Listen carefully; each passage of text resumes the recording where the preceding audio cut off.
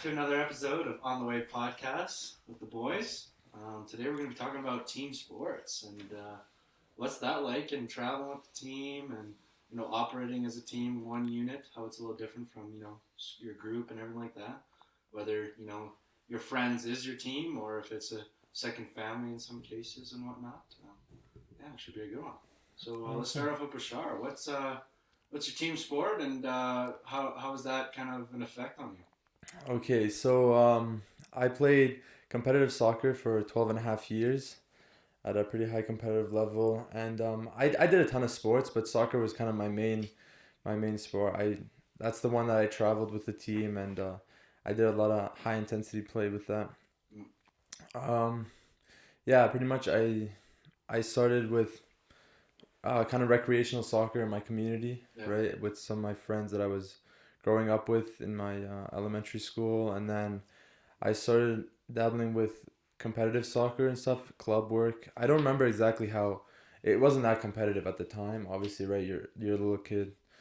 And then I started really like this was really my sport, right, for me, and so I really want to take it to the next level, and I stayed in competitive soccer ever from then on, and I just kept trying to push to the higher ranks and stuff, and I've hopped between a ton of teams, and I've experienced a ton of stuff.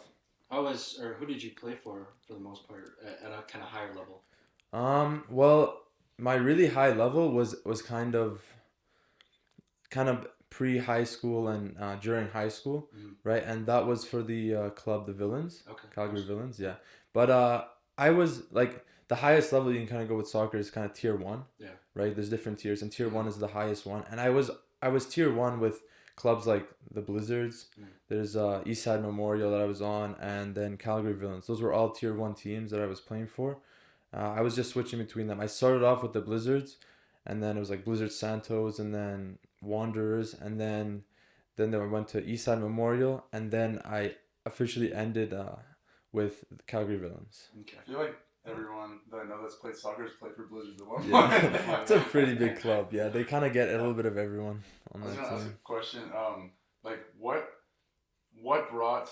Because I know like did you play like team soccer as a kid, like when you were Yeah, little? like the young community Yeah, kind of. yeah. I was gonna say- the fold up nets. Yeah, and yeah, stuff. yeah. Yeah. I was gonna say I think almost if you play sports, I think everyone started off with At that. some point, Yeah. everyone played Yeah. soccer. Exactly. I would bet. Exactly. Every single person played their little community soccer with the little kids. Yeah. with At the their shirts are, school like, and down stuff to with their knees. pennies Yeah. and everything. Yeah. Yeah. I was gonna say like what brought it from that to like more than that, because I know like everyone plays that, but then gradually like I moved on to like hockey, or I moved on to different sports, but like what Yeah. made you want to like what made you stick with soccer and pursue it? Well, for me, it was I think something that just came from back home as well, right? Like I don't know, from Lebanon and stuff. Soccer's a huge sport Yeah. there, Yeah. and everyone's in love with it. Everyone watches it. Everyone plays it wherever they can, Yeah. right? Yeah. Whether it's a actual field or it's like one that's made up of rocks, right? Yeah. So I think that one, having that kind of background really helped me progress into taking it kind of a more serious level. Yeah. But I don't know. I think I tried a ton of other sports too, right? Yeah. Like um basketball, volleyball, all those other kind of sports, but I think soccer was the one that really called to me, I guess, and Right. I really progressed through that one the best and stuff. And so it's not like I didn't try other sports, but I think soccer was the one that really fit my kind of play style best. Was it an attachment? Like was it an attachment to the people like on your team at all? Like did you play with like friends that you grew up and you just kind of like went with them like kind of the whole way, or was it like No, every I time? actually I made a lot of friends through soccer, right? Jumping Yeah. between the teams, traveling, and experiencing that kind of lifestyle with the people on my team, right? So it started off with a couple of friends that I was going to school with during elementary and stuff, and we played recreational soccer and community soccer together. But from there, no, I kind of just took the decision on my own, and then I started club soccer, and then I made a lot of friends that I still know of today Mhm. from club soccer, right? Now, So. because you're switching up teammates almost every year, how's that for like the team chemistry and dynamic? Like, is it hard to reset every year to have a fresh new team and learn everyone's do's and don'ts and everything like Yeah. that? Like, that seems a little pretty hard to do year after year is reset the team atmosphere. Yeah, exactly. So that makes sense, but I don't know. I think it's just kind of the clubs that I kind of stuck with, but I think clubs are doing this a lot more now. But basically they gather at a young age, they gather a bunch of players, right? And you filter through a bunch of teammates and stuff, and I don't remember half the people that I used to play with, right? I only remember the ones that I'm friends with now or that something happened with them, right? So you kind of filter through a bunch, but then as you get older, the teams start to become more, and as I told you, like as I pushed to a more competitive level, they start to kind of specialize the players kind of thing, right? So they pick specific players that they know are going to try out next year and stuff, and they really try to test them, and they kind of have, I don't know, some people say that the teams are kind of pre-made in a sense, like you could argue that, Gotcha, yeah. but there are tryouts and there are new people joining the team and stuff like that, but there's different levels, right? Every club has different levels. There's a tier 2 team, there's a tier 1 team, tier 3 team, right? So it's just about where you try out for and where they put you, right? So for the higher tiers and stuff, I noticed that the teams were kind of a little bit selected. Like it was a little bit of the same people each time, right? Yeah. Like I know you know Liam Collins, right? Yeah. Yeah, like him and I, we played on Wanderers for like a long time, Yeah. right? He was a big, and he used to go to my elementary school as Yeah. well, right? So like that's kind of one friendship that kind of formed there and stuff. And so that's just an example of the same people, because like you're doing good and you're beating out the new people who are trying to try out for the team, you Yeah. kind of get pre-selected for the So there's next kind of, season. there is a bit of consistency in the team Definitely. roster, and a few Definitely. people quit or stop Yeah. going. Exactly. Or people Exactly. get better or worse, whatever. But Yeah. for the most part, there is. Yeah, and that's some why the consistency. chemistry can stay like that. Exactly. Yeah, that helps quite a bit. I was gonna say, gonna go off your question there too, but like, my teams were, and I played hockey since I was like pretty little. Like I started playing like just like a Saturday morning shinny like with my dad. Like or not with my dad, but he'd take me there every Saturday morning, and I'd play with a bunch of other little people learning how to play hockey and stuff. And from there, I just wanted to do it more, I guess. And then I tried out for like the teams and stuff, and it's like a ranking system too. So it's like there's like the people call it like the house leagues, I guess, where it's like there can be up to like 5 leagues, like or divisions or whatever. So it's like 5, 4, 3, 2, 1, and 1 is the top. And so for me, growing up, like all those throughout how many years I played hockey, like every single year you've got like a completely different team, and like so you're gonna have like one or two of the like people you can kind of go multiple years with, but I don't think there was really anyone that I went more than like 2 years with, and so it was completely new every year, and so it was good for like making friends, but like sometimes some people you were glad that you're moving on from, and some people like you wish you could have been on the same team, and like and that's just a hockey thing. Is that just a hockey thing, or is Like that the like ranking? is that like common for hockey teams, I guess, to do that? I think almost every like hockey, that's like hockey in general is just that is like the ranking system, and you change every time. Changing so often. Yeah, because every year you restart. Every year, like after the season in like March or something, like you restart in September, and you're on like it's tryouts again, and you see like some people have done spring hockey, and some people are like, whoa, where did that come from? Whereas like I never did spring hockey. I never did it because it was super expensive, because you'd fly places, you'd get like custom gear from head to toe, and like sticks, socks, like helmets, like gloves, everything. And so I never did that because it was too expensive. But you can tell those players, the players that like kind of put money into it, and they come back in September, and you're like, whoa, like it doesn't look like you've changed. Like it doesn't look like you're restarting. You're not rough. Like you're coming out like rolling. Fresh. Whereas every year I'd come out, I'd be like not learning how to stop, but like I'd be take a week to get back. Exactly. I'd take a week to find my skates again, and like especially when I'm younger, it was different. But so every year it's different, and like I feel like by the end of the year I was always like I would improve on my team like until the end of the year, where I was like one of the bigger players on my team, and I'd clutch up in some moments or whatever. But at the beginning I'd get placed on the worst teams because I was so rough every summer. But so that was just like the whole team aspect, where you change every year and you get to like rebuild chemistry with tons of different players. Makes sense. Yeah. So like it just shows that those guys that were doing it year round were excelling at the kind of younger level. Exactly. Just gone up quite a bit. Those are the guys that are in the WHL and Yeah. signing now. Is for the there NHL, is there a big at kind of that age? Is it still separated by age quite strictly, or is it purely skill? Like you can jump up like extreme levels because of your skill and not necessarily because of your age, or is it fairly age kind of independently?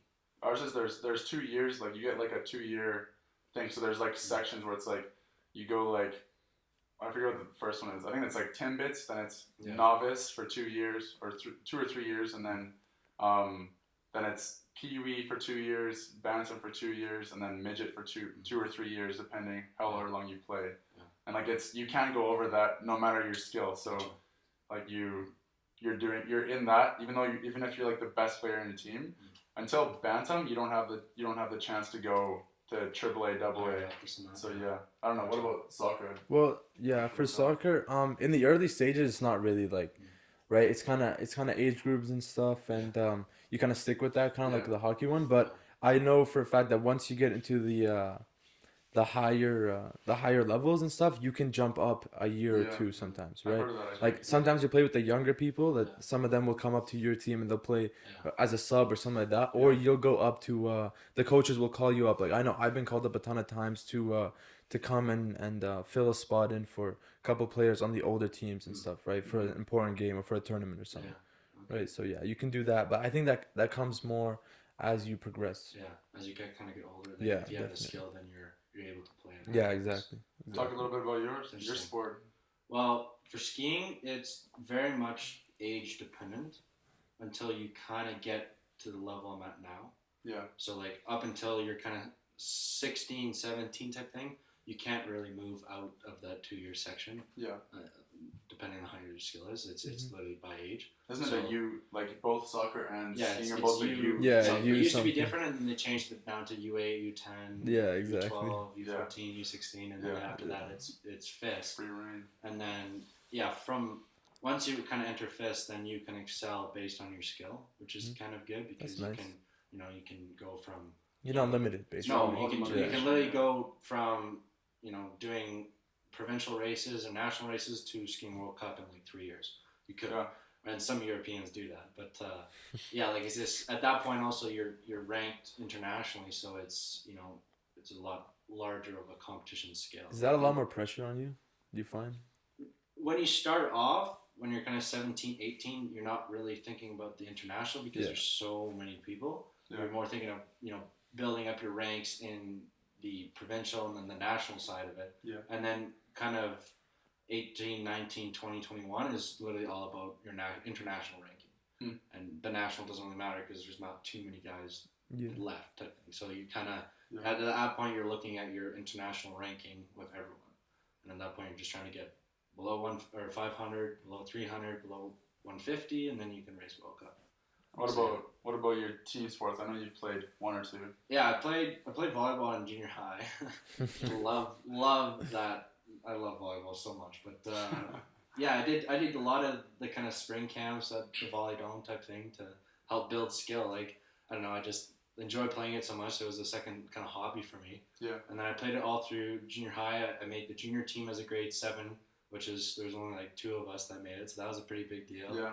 And then captain in grade 8, and then captain in grade 9. And Look then, at you. but it was just very good because it taught me kind of a leadership role. Yeah. In the team sports Mhm. because you're depending on other people, whereas skiing it's really all you. So if you mess up, it's on you. You can't blame anyone else except for you. Yeah. Whereas in a team sport, it's dependent on other people, and I learned that very quickly because I got so mad when we lost a game because I was like, oh man, like could have done so much more. But like volleyball, each Yeah. of us have our own position, and Yeah. each have your own job on Yeah. a team sport, and Mhm. that's what taught me so much was to let other people do their job. Mhm. I'm gonna do my job to the best of my potential, Yeah. and I need to let And other work with each people other. do their job Yeah. as well. And so that was a very important lesson that I had to learn at that point. Yeah. And it also helped with sportsmanship and stuff like that because if some guy was having a bad game, bad day or whatever, I had to help him Help him and out. bring up his spirit so we Yeah. could actually win the game because we Exactly. weren't able to do it without the 6th guy on the floor, right? Like Yeah. it can never just be 2 people. Well, in in rare volleyball, cases, right? Like especially volleyball, you're passing the ball and you only have 3 touches, so that's 3 Yeah. different people touching it, right? and sometimes you only touch it once, so like it can't be. Yeah. I was gonna say it can't be one. You can't have one amazing player on a No. volleyball team. Yeah. I guess there's other sports for sure, but like volleyball especially, like Yeah. you can get one or maybe 2 touches, Yeah. and that's it. So, Yeah. but you get 1 touch. So if you touch it the first time, someone's got to hit it back to you. And if they don't do it, if they don't hit it back to you right, It's gonna be tough. Yeah. you're not getting it over. Like you're not getting the point. And I kind of rotated between the setter position and power hitter position because setter I found because I wanted to control so much. Yeah. Setter I always got that second Yeah. hit. You know the So ball's I coming was to you, able right? to at least control that, and I think that kind of helped my mental calmness because Yeah. I was like, okay, I will always get the second hit, and the second hit is gonna determine what is Yeah. gonna happen in this play and Yeah. whether we're gonna win or not. And so Yeah. that also helped the leadership because you're setting up the big hitters, you're communicating with everyone, and so that was awesome for me to learn the communication skills as a team Mhm. sport, and then the leadership side of it as That's well. a big thing about team Yeah. sports. Yeah. Exactly. It's like, Mhm. if the team's not communicating, the team's not working well together, it's not going to go anywhere. Yeah. Right? Like, It sounds like your motivation from the single sport though Yeah. actually drove you in the team sport. I would agree. Yeah. Like, it just because I with skiing, it was, okay, well, I want to win, so I'm going to have to do this myself and put all the weight on my back, and I do it or not do it, Yeah. right? And that's Yeah. just the end outcome of the day. But team sport, it's a little different on Yeah. that side of it, which is awesome. Like, it was no brainer for me at that age to do a team sport like volleyball or whatever. Mhm. And then I had to stop in high school because just skiing schedule just got too intense. So, Yeah. but still love to play it and everything like that. But even though skiing's a single sport or an independent sport, the team aspect of it is very underrated in my opinion, because we're with these guys for like 150 days of the year, right? Like my old roommate before he got hurt, Dan Wesky, shout out. I had until January, I'd spent 60 to 80 days with him in a Yeah. room. We were roommates for Away, the Europe yeah, like trip, in you know, Europe. the trips out in Panorama, and then again in the States, US, right? yeah. Like it was 60 to 80 days with this one guy. Doesn't sound like 60 to 80 days is like think about consistent days like Yeah, Oh, that's a it's, long it's time. like You're you're with That's a going to long room. time, It's, yeah. it's like the similar as that, right? Like you're in a hotel room, you're in all this stuff, like 24 hours, yeah. exactly. Like, and you're traveling, you're skiing all day, so like having good relationship with your teammates It's really big. affects It's really the way you perform. Yeah. Even though it's Yeah. individual, even this year is awesome having the guys that I have on my team. Like we're all very competitive, Mhm. but it's very healthy because we're challenging each other and everything like that. Where if one guy's struggling one day, the 3 other guys are funneling him with information and tips, Exactly. and then it's just a very good circle of very competitive spirits. But at the end of the day, too, I want to beat the 3 other guys on my team. And I know Yeah. they want to beat me every single day, Yeah. and that's what drives it. But the important thing with that as well is where the team sport comes in Mhm. is to make sure that everyone's being their leader, putting in the same amount of effort for packing up the truck and doing the small little things, right? But it is very much a team sport as well as an individual sport as well, which is kind of interesting as well. Yeah, I was just gonna go on your comment about like it's just interesting to see how in individual sports that include a team kind of behind their back, but the actual sport that you do is kind of individual is just it's so funny because like I'll just give you an example, track and field, right? Like I was big on track and field and stuff, and just near the end of my soccer season, I was committing to a club track team and stuff, right? And just before I got injured, but even in high school track and field and stuff, right? Like, you do your sprints or your jumps or whatever event that you're doing kind of individual, right? But there's a whole team behind you, right? Just like you said in skiing, there's a couple other guys who are also doing that same event who you want to beat and they want to beat you. So there's a competition aspect of it, right? Where they push you harder and stuff, right? But then also when you're having a bad day or you're not feeling at your best and stuff, it's so nice to have that team kind of pushing you and be like, come on, it's just one race, it's just one jump, like you can do it, bro, like, right, you know what I mean? Kind of giving you that boost, even though it's just you on the court or it's just you on the track, right? So it's really nice to see that.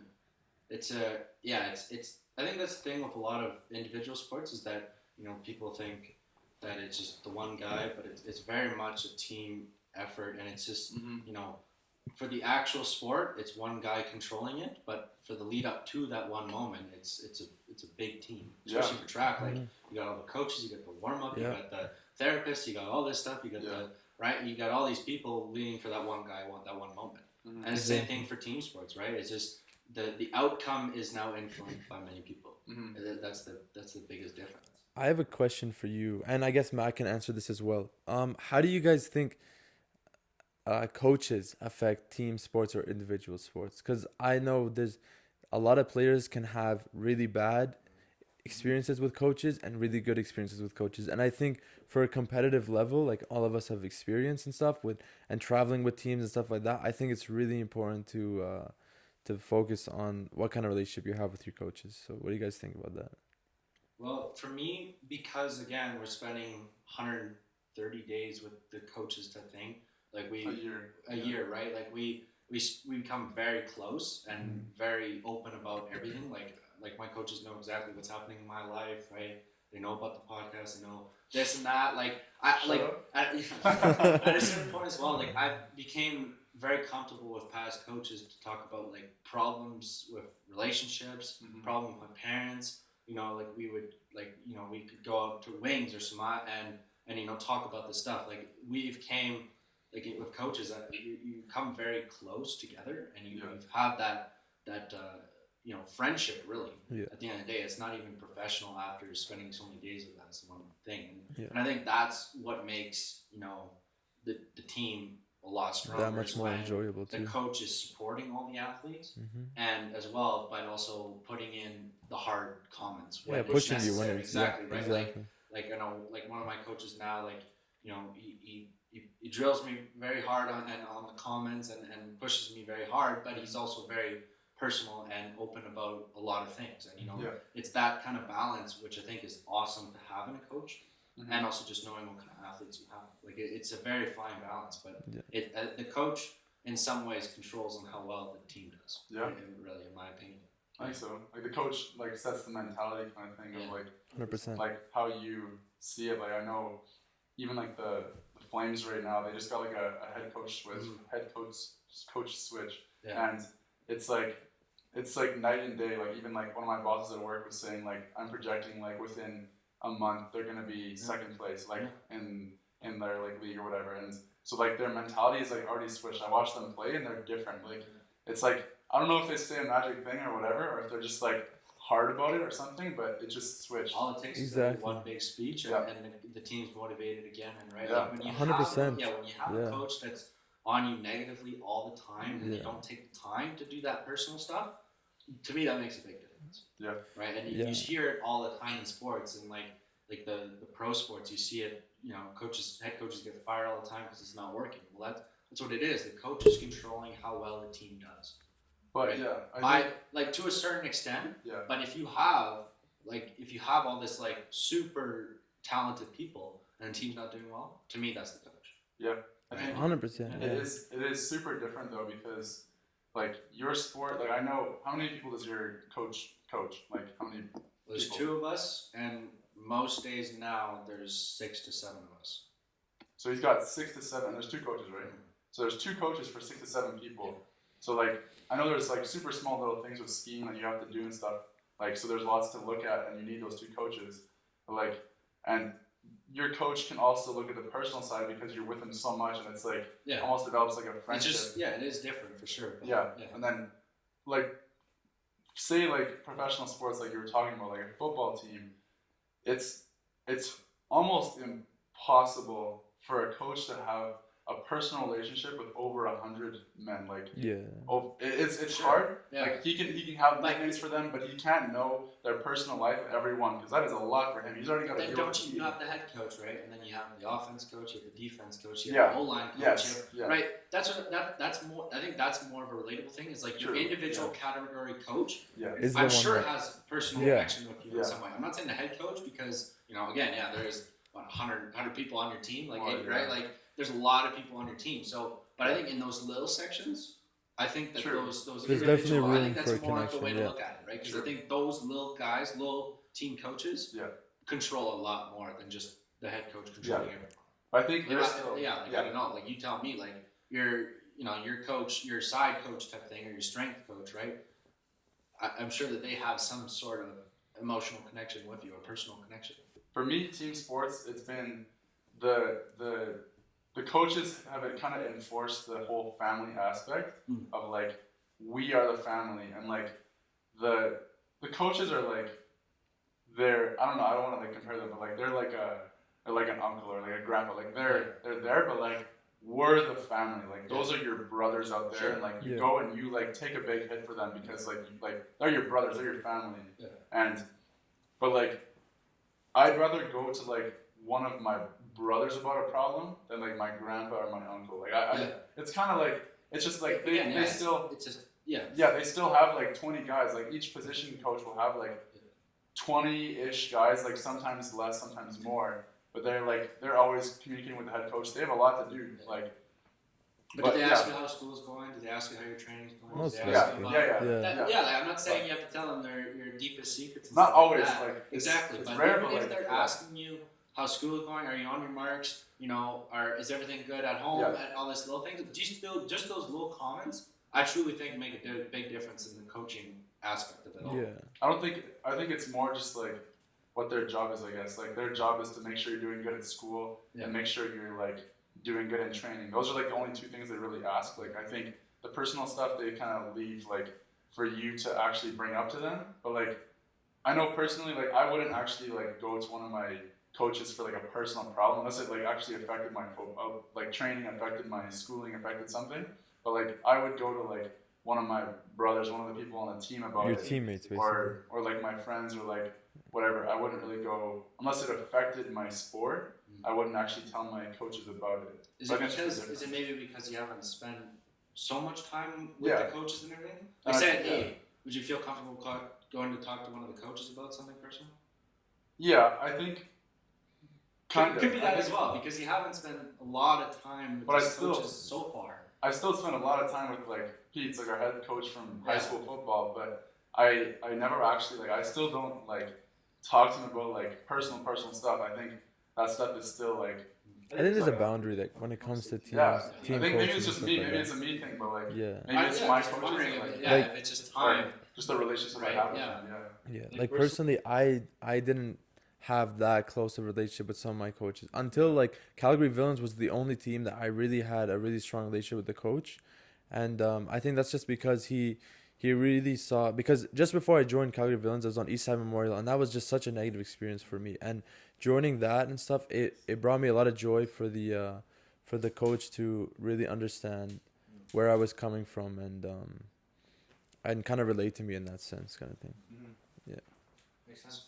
Well, I think there's a lot of interesting differences between the team sports and the individual. Yeah. But I think that there's a lot of value in doing those as a kid, and the community soccer games when you're a little kid and everything like that, and learning to work together as a group. I think it's a very good skill to have. Yeah. There's benefits you don't even think of. Like you think back to it, there's so many little benefits that you never really and lessons realize to learn. Exactly. Realize that you actually got from it. Yeah.